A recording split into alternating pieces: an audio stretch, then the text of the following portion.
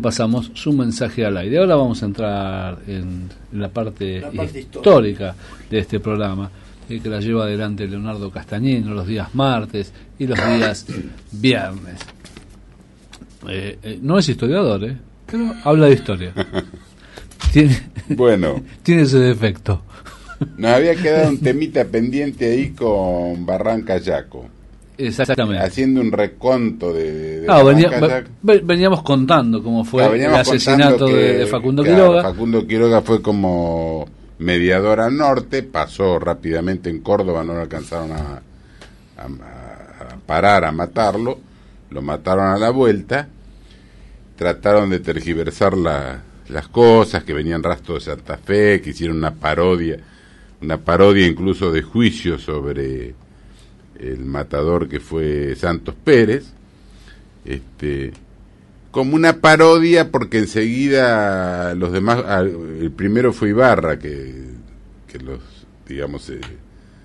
puso el grito en el cielo y lo acusó directamente a Reina Fe. Entonces, Ibarra, gobernador de Santiago del Estero. De Santiago del Estero. Entonces hicieron como una parodia de juicio, que lo dejaron libre la cuestión que cuando Rosas hace la reconstrucción del hecho, que yo la dimos en el programa anterior, y le manda a López el parecer de cómo había sido todo el hecho en sí, que lo había atacado, que lo paró una partida militar, que los redujeron voluntariamente, digamos, los tipos se desarmaron voluntariamente y lo fusilaron. Entonces los demás gobernadores le delegan a Rosas, a la provincia de Buenos Aires, para que le hagan el juicio a los culpables, que eran Reina Fe y Santos Pérez. Los traen a Buenos Aires y nombran un tribunal para juzgarlo. El juez era el doctor Massa, y después como fiscal estaba Manuel Inciarte, y como asesor estaba Laíte, que Eduardo Laíte, que era un legislador de la provincia de Buenos Aires. Y de abogado defensor estaba un tal Gamboa, que era un abogado unitario. Un intelectual unitario era. Sí, era unitario. Entonces este Gamboa, en vez de hacer un alegato, digamos, o sea, una defensa tratando de demostrar la inocencia de los culpables, por empezar, los culpables, en vez de culparlo a Rosa, hasta en el lado otra vez, se culpaban entre ellos, y el abogado, en vez de demostrar que eran inocentes, lo único que atinó a decir, entre otras cosas, que no había pruebas suficientes, pero sobre todo empezó a embarrar la cancha, digamos, políticamente. Decía que debían ser juzgados bajo una constitución, que en esa época no había constitución. Exactamente. Estamos hablando, vamos a reiterar, en 1836. En 1836. En 35 lo mataron y en 36 le hicieron el juicio. Entonces dice que no había una ley constitucional que lo juzgue, que debía haber una constitución. Insistió varias veces con eso, y digamos que en vez de hacer una defensa de los reos, digamos, hacía un ataque al sistema de gobierno. Ajá. No solamente eso, sino que además le pidió permiso al tribunal para publicar en la prensa ese alegato de él, hablando de la Constitución y eso, y no toda la causa, sino el alegato de él en forma separada. Entonces ahí viene cuando Rosas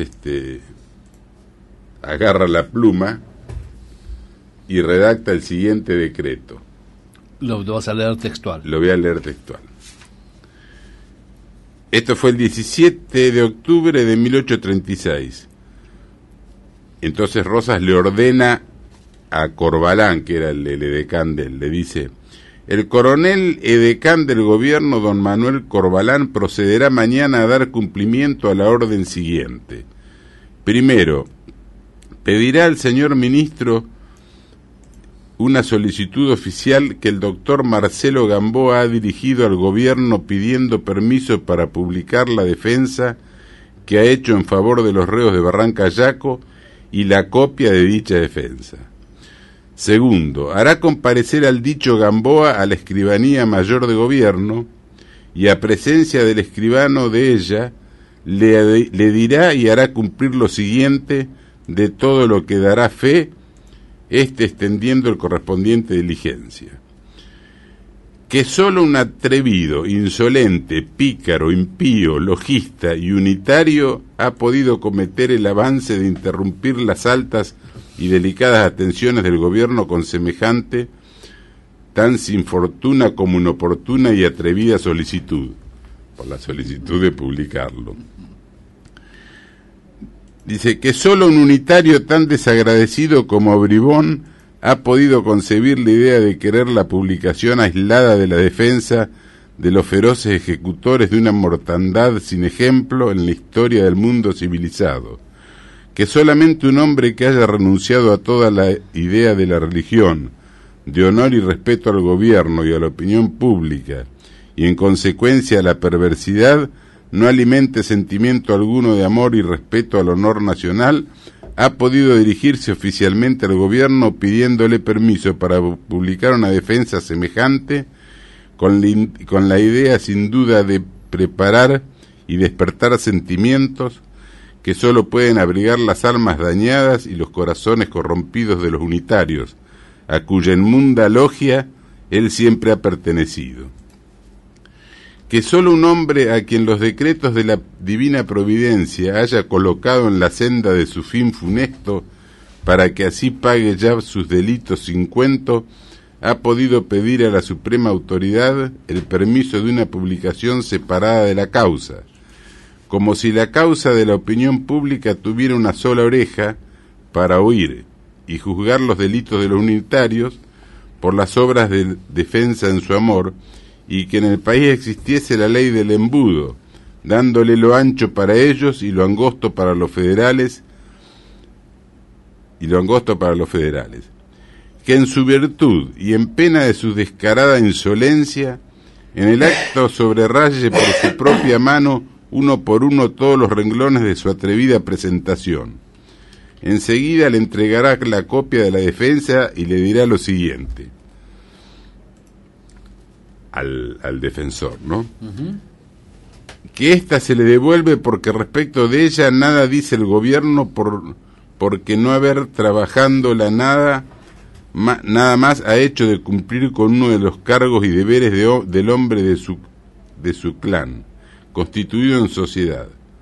Tanto más cuanto el gobierno declaró que una vez nombrados por los reos sus defensores, no se admitieran renuncias siempre que los elegidos por ellos fuesen de la lista aprobada por la autoridad suprema.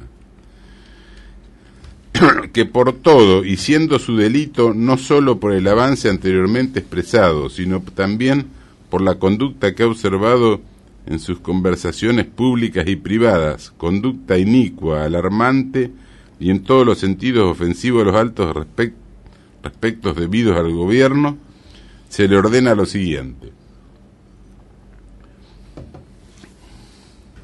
Primero, que hasta nueva resolución superior no debe salir más distancia que 20 cuadras de la Plaza de la Victoria. Segundo, que no debe ejercer su oficio de abogado ni hacer escrito alguno de ninguna laya, por más simple e inocente que sea. Tercero, que no debe cargar la divisa federal, ni ponerse, ni usar, ni en público ni en privado, los colores federales. Cuarto, que por cualquier infracción de las 3 prevenciones anteriores será paseado por las calles de Buenos Aires en un burro celeste y castigado además según el tamaño de la falta. Quinto, que si se tratase de fugar del país, luego que sea aprendido será inmediatamente fusilado. Lo que se previene al edecán enunciado Coronel Manuel Corbalán para su cumplimiento. Firmado Juan Manuel de Rosas. Ahora, esta sentencia, hay muchas que la critican, porque, por ejemplo, o se tomaron de esa para, criticar. Sí, por ejemplo, dice que está condenando a un abogado defensor. Rosas en realidad no actúa contra el abogado defensor, sino porque el abogado estaba atacando al gobierno. Además, en lugar de hacer la defensa, claro, hacía del crimen, una cuestión política para atacar al gobierno. Ese era el además, no lo condena a pasear en burro. Le dice que si se va más de 20 cuadras, lo va a hacer pasear en burro. Y además le dice que si se quiere... Celeste el burro. El burro celeste. Ahora, esto parece una locura de Rosas, pero eso fue en el año 36. Pero, por ejemplo, en Córdoba, en 1830, el general Paz lo había hecho pasear en un burro celeste a Aldao, que era gobernador de Mendoza. Después otra cosa, en esa época, por ejemplo, en Inglaterra ya se aplicaba la picota, que no era pasear en un burro celeste, sino que lo ataban a un palo y la gente los insultaba, los escupía, le decía de todo. Inclusive más, en Inglaterra, hasta el año 1836, los abogados defensores no se podían dirigir al jurado. O sea, vos fíjate que lo critican a Rosas, porque en esa época resulta que en Inglaterra, que supuestamente era un país más adelantado, ya se usaban métodos peores todavía que acá. Bueno, sigue el juicio. Por ejemplo, Cárcano, el historiador, dice: ninguno de los reinafé, ni entre los jueces ni ante la corte, acusan a Rosas ni a López. Se acusan entre ellos mismos. El silencio en aquellos días pulveriza la calumnia.